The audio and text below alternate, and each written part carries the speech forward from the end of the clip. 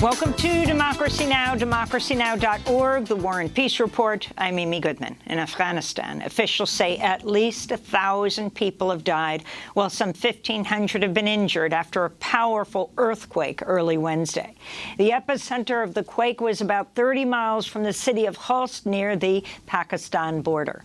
Aftershocks were felt as far away as Kabul. Survivors describe seeing numerous homes destroyed. It was about midnight when the quake struck. It destroyed the houses of our neighbors. When we arrived, there were many dead and wounded. They sent us to the hospital. I also saw many dead bodies. The earthquake comes at a time when Afghanistan is already facing one of the world's worst humanitarian and economic crises. A recent report by the Red Cross found 70% of Afghan households are unable to meet basic food needs, and an estimated 3 million Afghan children are at risk of malnutrition. The House Select Committee investigating the January 6th insurrection has accused Donald Trump of playing a direct and personal role in pressuring state and local officials to help overturn Joe Biden's 2020 election victory. This is the committee chair, Benny Thompson. What happened to Mike Pence wasn't an isolated part of Donald Trump's scheme to overturn the election. In fact, pressuring public servants into betraying their oaths was a fundamental part of the playbook. Part of Trump's plan involves states sending fake slates of electors to be counted on January 6th. The committee revealed Wisconsin Republican Senator Ron Johnson took part in the plot. On January 6th, an aide to Johnson texted an aide to then Vice President Mike Pence, saying Johnson wanted to hand Pence alternate slates of electors from Wisconsin and Michigan. Pence's aide responded by writing, quote, "Do not give that to him." We'll air highlights from Tuesday's hearing for the rest of the show after headlines. Ukrainian officials say Russian forces have captured several settlements near Lysychansk and Severodonetsk in eastern Ukraine as Russia moves closer to seizing all the Luhansk region. Meanwhile, at least 15 civilians have reportedly died in the Kharkiv region since Tuesday as Russia intensifies its shelling of the area. In other news on the war, U.S. Attorney General Merrick Garland made an unannounced trip to Ukraine Tuesday. He announced the formation of a war crimes accountability team. The United States is sending an unmistakable message. There is no place to hide. We and our partners will pursue every avenue available to make sure that those who are responsible for these atrocities are held accountable. The wife of basketball superstar Brittany Griner says she has, quote, zero trust in the U.S. government after it botched a plan to have the couple speak on Saturday for the first time since Brittany Griner was detained in Russia 4 months ago. Brittany Griner tried calling 11 times Saturday but couldn't reach her wife on what was their 4th anniversary. The plan was for the call to go through the U.S. Embassy in Moscow, but no one was working on Saturday to connect the call. Brittany's wife, Cherelle Griner, told the Associated Press, quote, "I find it unacceptable, and I have zero trust in our government right now. If I can't trust you to catch a Saturday call outside business hours, how can I trust you to actually be negotiating on my wife's behalf to come home?" she said. The U.S. Senate has voted 64-34 to advance a new bipartisan gun safety bill based on an agreement reached by 10 Democrats and 10 Republicans. The bill includes enhanced background checks for gun buyers under the age of 21, and it closes the so-called boyfriend loophole.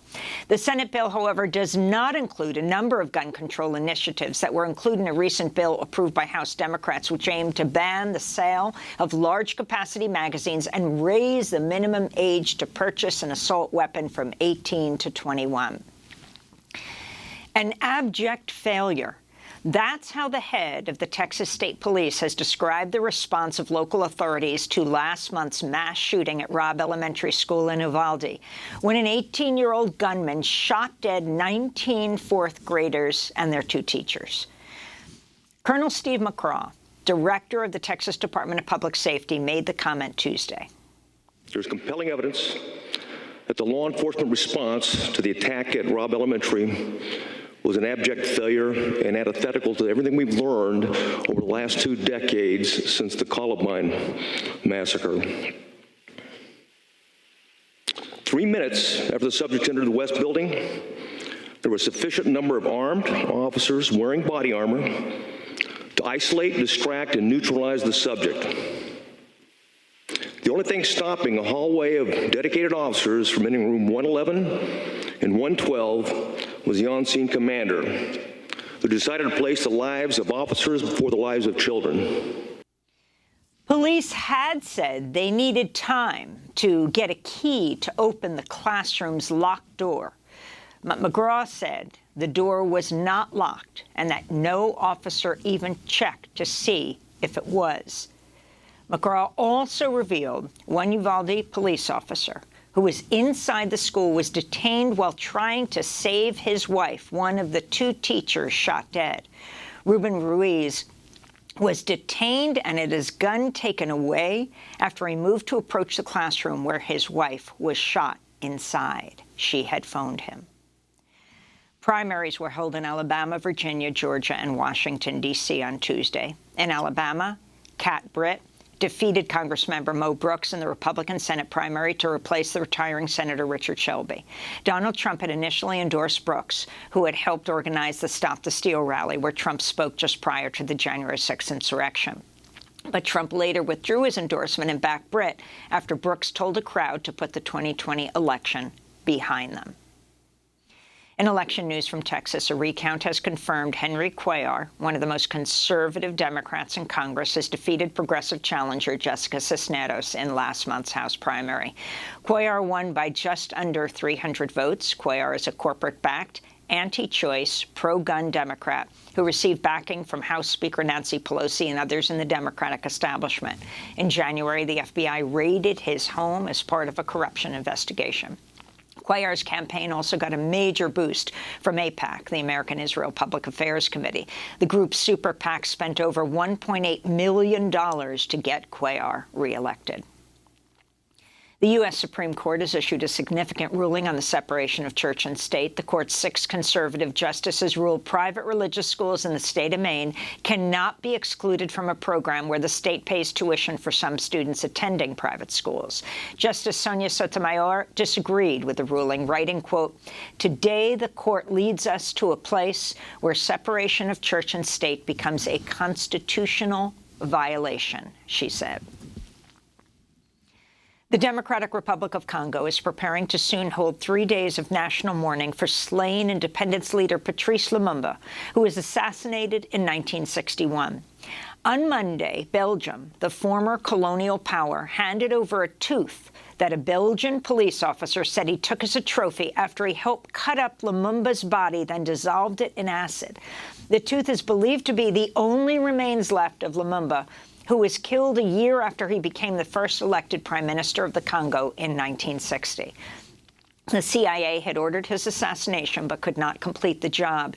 Instead, the United States and Belgium covertly funneled cash and aid to rival politicians who seized power and killed Lumumba. A coffin holding Lumumba's tooth is expected to fly from Brussels to Kinshasa today. Lumumba's son, Roland, spoke Tuesday. In order for a soul to rest in peace, it needs to be buried, even if it's just part of the person's fingernail or hair, so that the mourning can be completed, and this can be done through this restitution. In Ecuador, thousands of indigenous and social leaders took to the streets of the capital, Quito, and around the country for a 9th straight day on Tuesday, protesting right-wing President Guillermo Lasso's economic policies and rising fuel prices. Reuters reports police fired tear gas and so-called non-lethal projectiles at protesters. At least 2 people have died, nearly 100 injured, and dozens arrested. President Lasso has extended a state of emergency to at least 6 Ecuadorian provinces.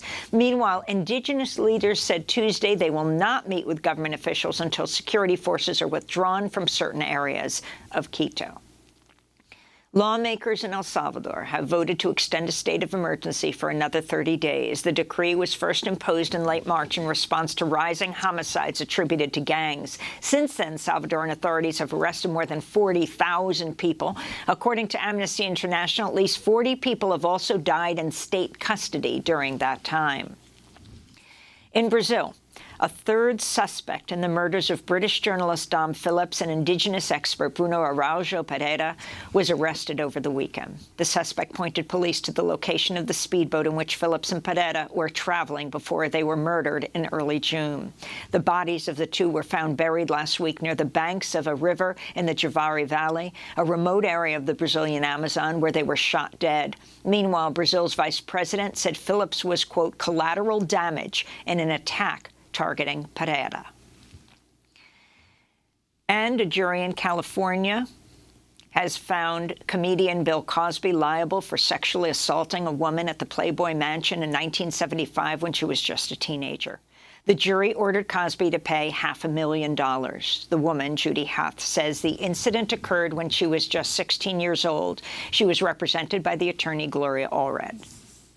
Today, our client, Judy Huth, won real change because she fought Bill Cosby one step at a time for over 7.5 years.